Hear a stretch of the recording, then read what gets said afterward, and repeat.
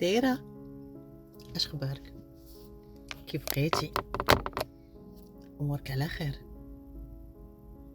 شويه ماشي مشكل، ماشي مشكل، كل شي يفوت، كل شي يدوز.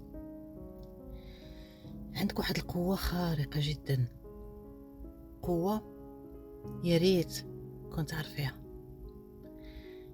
القوه اللي عطاك سيدي ربي هي انك يعني تحققي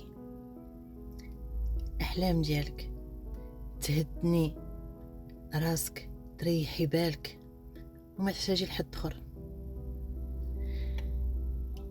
ربي سبحانه تيقول لك انا عند حسن ظن عبدي بي. فاش تخدمي على العقل اللاواعي ديالك، فاش تخدمي عليه بافكار ايجابيه بيقين، فاش تخدمي عليه وتتكوني متاكده ان هذاك الاهداف اللي بغيتي توصلي ليها بجهد الله سبحانه وتعالى وبايمانك القوي وبانك تشدي داك التركيز اللي عندك، من عود ما نركزوا على واحد الافكار اللي هي سلبيه، تنركز على افكار اللي هي ايجابيه وتكون عندي اليقين انها غادي تطرى. هي من الجانب الروحي ومن الجانب العلمي، وحتى نقولوا من الجانب اللي تسميوها لا فيزيك كوانتيك، تيقول لك ان كل حاجه كاينه موجوده، انتي والقوه ديالك واش غتوصلي ليها ولا لا. كل الاحتمالات موجوده في الحياه ديالك.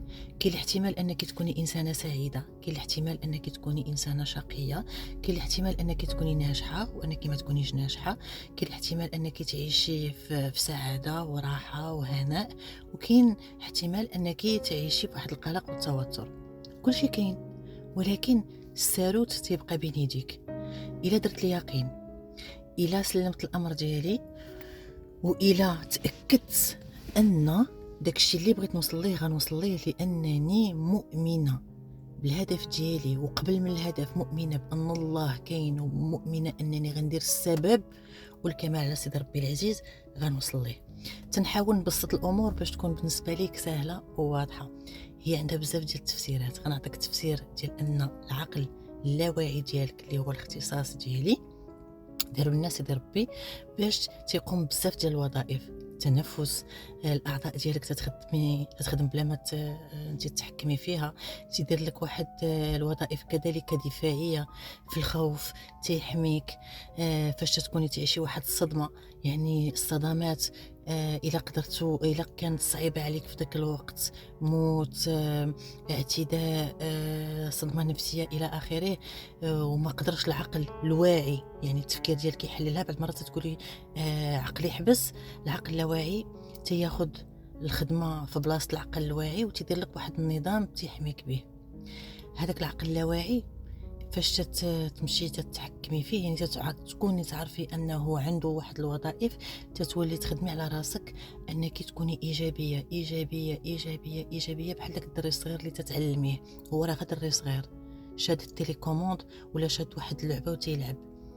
اذا كل ما ربيتيه على الايجابي، كل ما غادي التربيه تكون حسنه وغتطلعي منه واحد المنتوج اللي هو ايجابي.